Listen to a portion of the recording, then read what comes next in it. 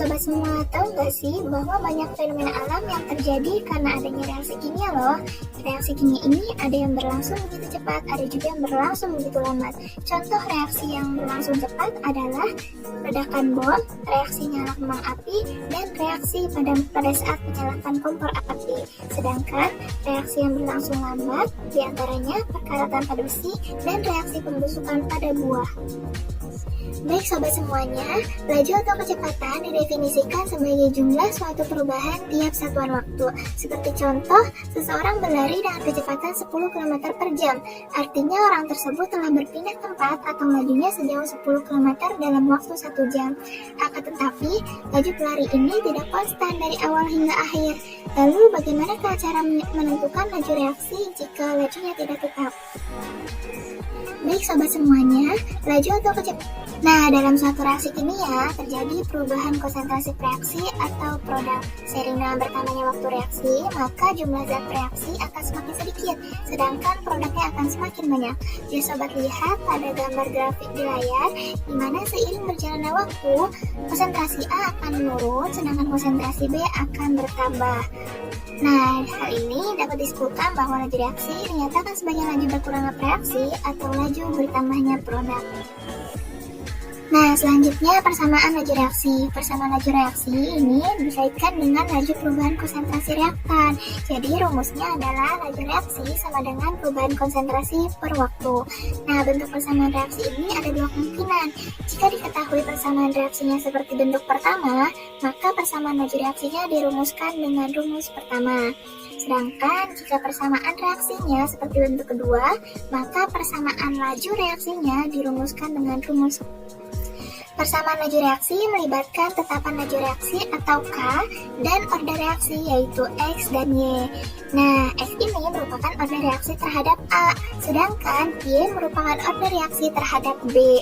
Jika dijumlahkan, maka order total dirumuskan dengan X plus Y. Nah, sobat, perlu diingat juga bahwa semakin besar harga K, maka reaksinya akan berlangsung lebih cepat. Selanjutnya adalah order reaksi. Order reaksi menunjukkan antara perubahan konsentrasi reaksi dengan perubahan laju reaksi. Hubungan dari besaran tersebut dapat dinyatakan pada grafik order reaksi. Di sini terdapat 3 grafik order reaksi. Yuk kita bahas satu persatu. Yang pertama adalah reaksi ordinal. Nah, reaksi ordinal ini terjadi apabila laju reaksi tidak bergantung pada konsentrasi. Artinya, asalkan terdapat dalam jumlah tertentu, perubahan konsentrasi reaksi itu tidak mempengaruhi laju reaksi. Adapun persamaan order reaksi nol ini dirumuskan dengan V sama dengan K dikali konsentrasi A pangkat 0. Nah, selanjutnya adalah reaksi orde 1.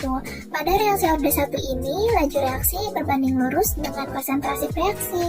Jika konsentrasinya dinaikkan 2 kali, maka laju reaksinya pun akan 2 kali lebih cepat dari semula. Adapun persamaan reaksi orde 1 ini dirumuskan dengan V sama dengan K dikali konsentrasi reaksi A. Oke, yang terakhir adalah reaksi orde 2. Pada reaksi orde 2 ini, kenaikan laju reaksi akan sebanding dengan kenaikan konsentrasi reaksi pangkat 2. Bila konsentrasi reaksinya dinaikkan 2 kali, maka laju reaksinya akan naik menjadi 4 kali lipat dari semula. Adapun persamaan reaksi orde 2 ini dirumuskan dengan V sama dengan K dikali konsentrasi reaksi pangkat 2. Oke, pada pembahasan terakhir yaitu penentuan order reaksi dari hasil percobaan. Persamaan laju reaksi ini dapat ditentukan melalui eksperimen atau percobaan, yaitu dengan cara mengukur konsentrasi salah satu reaktan pada selang waktu tertentu selama reaksi berlangsung. Nah, di sini sudah terdapat contohnya, yaitu data eksperimen reaksi antara gas hidrogen dengan gas nitrogen monoksida. Berdasarkan dari data tersebut, tentukanlah persamaan laju reaksi dan tetapkan laju reaksinya.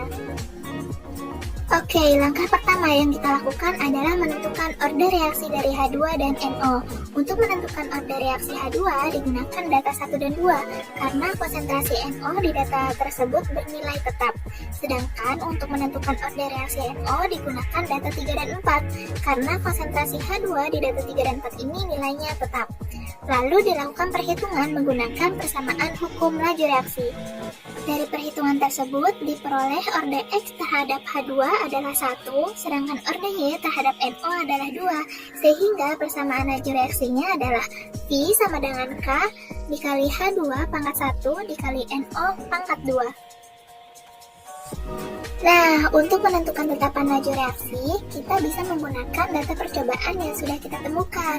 Misal di sini kita menggunakan data percobaan 1, di mana laju reaksinya adalah 0,003, konsentrasi H2 0,001 m, dan konsentrasi NO 0,006 m. Sehingga berdasarkan hasil perhitungan diperoleh nilai tetapan laju reaksinya sebesar 0,083 kali 10 pangkat 6.